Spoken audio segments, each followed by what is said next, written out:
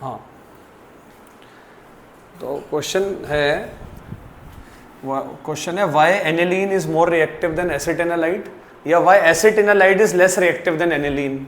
मतलब सुनने की बात है बच्चों, जरा है सुनने की बात यह है कि जैसे देखो इधर एनिलीन का ब्रोमिनेशन करा तो अटैक कहाँ पे हुआ, तीनों जगह पे इकट्ठे आ गए।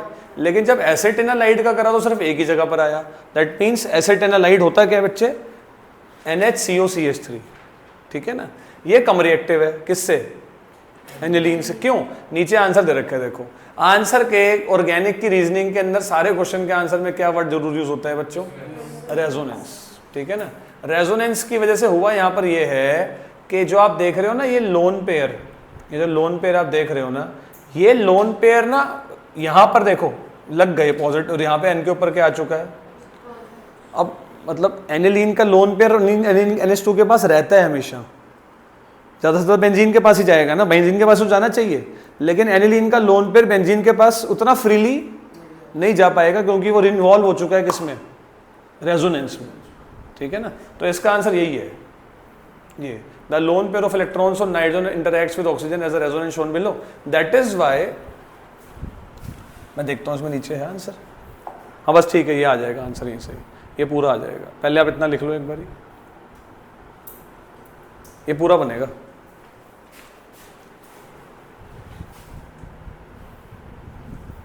जो आपने PYQ दिए थे वो मैंने 40 तक कर दिया। अरे वाह यार, वो सॉल्यूशन शेयर वो है कन्वर्ट, इस बार सॉरी, इस बार जो क्वेश्चन है वो है why aniline does not undergo Friedel Crafts reactions. Why aniline does not undergo Friedel Crafts reactions. Why aniline does not undergo Friedel Crafts reaction, इस चैप्टर का सबसे ज्यादा बार एग्जाम में आया हुआ question. Why aniline does not undergo Friedel Crafts reaction. तो यहां पर क्या होता है देखो बच्चे, कि देखो अगर एनिलीन फ्रीडल क्राफ्ट रिएक्शन करता तो कुछ ऐसे होता, देखो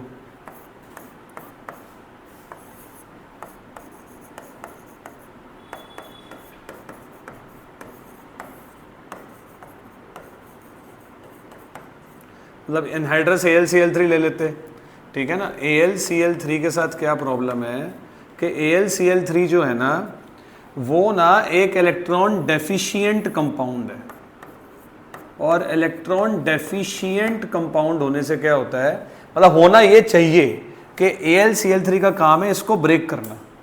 मतलब AlCl3 में ना खुद इलेक्ट्रॉन की कमी होती है, वो इसको ब्रेक करता है। एक्चुअली में ऐसे होता है, वो इसको ब्रेक करता है और CH3 प्लस को फ्री कर देता है, और वो इसको यहां अटैक करना चाहिए, ऐसा होना चाहिए। लेकिन AlCl3 क्या था, इलेक्ट्रॉन डेफिशिएंट, और यहां पर थे लोन पेयर। तो उसने कहा मैं इसको क्यों तोड़ूं, इसका घर क्यों तोड़ूं, मैं इसे से ना रिएक्शन कर जाऊं, ठीक है ना। देखो क्या लिखा है, aniline does not undergo Friedel Crafts reaction, दोनों अल्काइलेशन भी और due to salt formation with aluminium chloride. मतलब ये बन जाएगा यहां पर,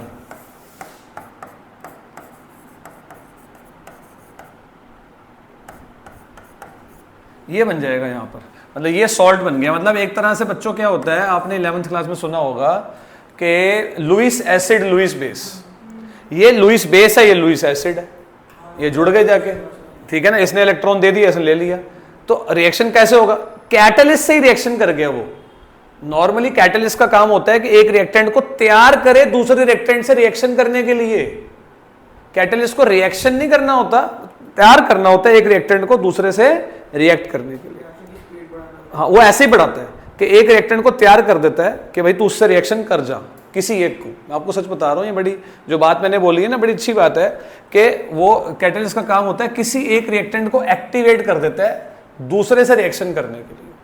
यहां पर उसने खुद ही जाके किससे रिएक्शन कर लिया, मेन रिएक्टेंट से रिएक्शन ही कर लिया, इसको तैयार करा ही नहीं। आगे क्या लिखा है, due to this nitrogen of aniline acquires positive charge and hence act as a strong. Actually फिर ये रहा ही नहीं ना, लोन पेयर ही तो, मतलब ये लोन पेयर ही तो यहां पर आते थे और इलेक्ट्रोफाइल को अट्रैक्ट करते थे। जब लोन पेयर चले गए, एनिलीन बंद, जो बिल्कुल डीएक्टिवेट हो गया, बंद हो गया एनिलीन, करेगा ही नहीं रिएक्शन। सबसे ज्यादा बार बोर्ड्स में आया हुआ है, क्वेश्चन ये वाला मैं आपको एक्चुअली दिखाता हूँ कि यहाँ पर ना ये देखो ये बैक एक्सरसाइज शुरू होने वाली है अब। तो बैक एक्सरसाइज का ना एक क्वेश्चन है थर्ड क्वेश्चन है। तो उस थर्ड क्वेश्चन से ही घूम घूम के रीजनिंग क्वेश्चन बनते हैं। देखो ये रहा, ये जो थर्ड क्वेश्चन है ना, इसी से ही बार बार घूम घूम के क्वेश्चन आते हैं। देखो ये भी हम कर चुके हैं, pKb of aniline is more than that of methylamine, ये बेसिक कैरेक्टर में बताया। देखो ये रहा, जो आज मैंने कराया ना, एक ये वाला करवाया है, ये वाला कि एनिलीन ग्रुप जो है वो सब्सटेंस, जो पहला क्वेश्चन मैंने आज करा था तब दोनों नहीं थे, सब्सटेंशियल अमाउंट ऑफ मेटा नाइट्रोएनिलीन क्यों देता है, एनिलीन फिल्डक्राफ्ट रिएक्शन क्यों नहीं करता, और दूसरा ये दो हमने मेन करे हैं, बाकी जो एक्स्ट्रा बुक से बन रहे थे। तो ये aniline does not undergo Friedel Crafts reaction, बहुत आता है एग्जाम में।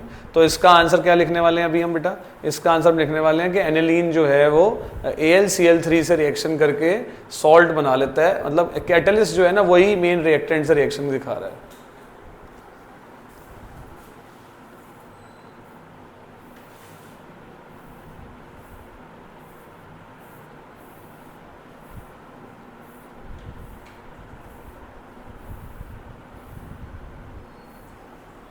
अभी कर देता हूँ जूम इसको। हाँ जी बेटे, तो सल्फोनेशन में क्या होगा,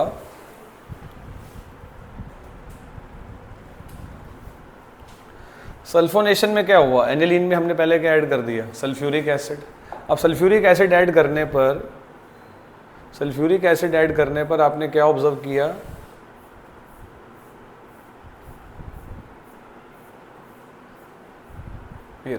सल्फ्यूरिक एसिड ऐड करने पर आपने क्या ऑब्जर्व किया बच्चों कि ये ना एक सॉल्ट बन गया। देखो anilinium hydrogen sulphate, anilinium hydrogen sulphate, देखो ये इसका नेम लिखा हुआ है ना, ये इसका नेम लिखा हुआ है। ये क्यों बना, वही वाली बात, ये क्या है बच्चों, ये क्या है, एक बेस, ये क्या है, एक एसिड। तो वही हुआ ना, इसने इसको H+ दे दिया और इसने ले लिया।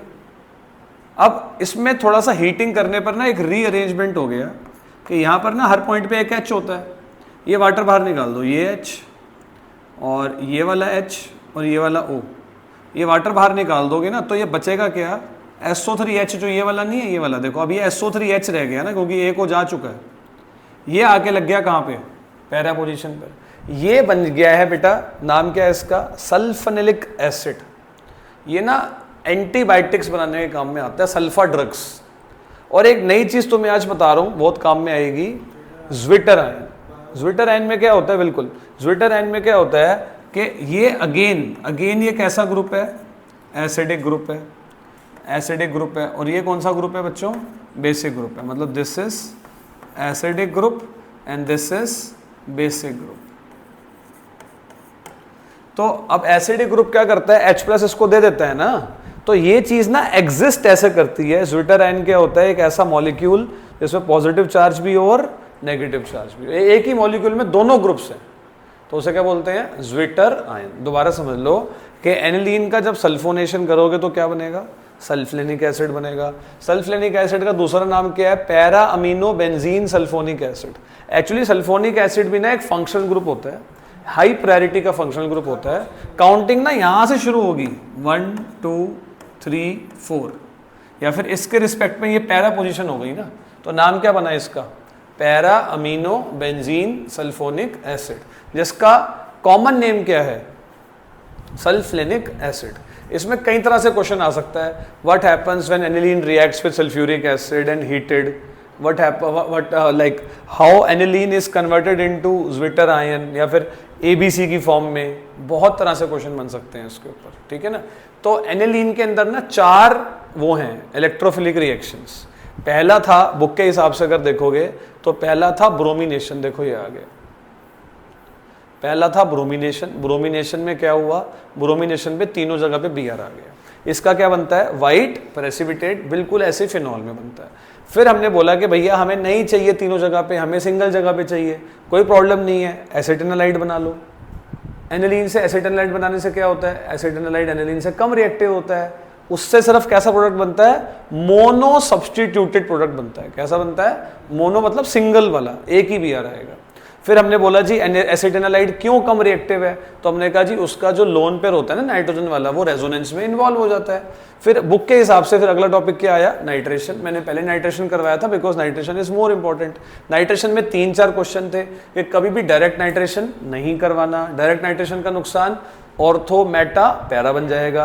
बात आई जी मेटा कहाँ से आ गया, एनिलीन तो ऑर्थो पैरा डायरेक्टर होता है, तो आंसर ये आया कि एनिलीन क्या बन जाता है, एनिलीनियम आयन बन जाता है जो कि मेटा डायरेक्टिंग होता है। फिर हमने बोला भैया कि अगर तुम चाहते हो कि सिंगल NO2 लेकर आना है, भैया सिंगल NO2 लाना है तो पहले क्या बनाना पड़ेगा, एसेटेनालाइड बनाना पड़ेगा, तभी आएगा सिंगल प्रोडक्ट। फिर आया सल्फोनेशन, सल्फोनेशन अभी आपको समझाया है, और इसके नीचे क्या था, फिडल-क्राफ्ट रिएक्शन। तो 5 इलेक्ट्रोफिलिक रिएक्शंस होते हैं हमेशा, कोई भी टॉपिक पढ़ो, चाहे फिनॉल पढ़ो, चाहे हेलोरीन पढ़ो, चाहे ईथर पढ़ो, nitration, halogenation, fiddle-craft alkylation, acylation और सल्फोनेशन। फिडल-क्राफ्ट अल्काइलेशन एसाइलेशन एक करता नहीं है, और हर किसी चीज में इसके अपने ड्रामे हैं। यही अगर हेलोरीन होता ना, तो हेलोरीन पता है हम क्या लिखते, ऑर्थोपैरा ऑर्थोपैरा ऑर्थोपैरा ऑर्थोपैरा, बस ऐसे ईथर में होता। लेकिन इसके हर रिएक्शन में अपने ड्रामे हैं, क्यों, क्योंकि ये बेस है, और बेस होने की वजह से ये हर रिएक्शन अपने तरीके से कर रहा है।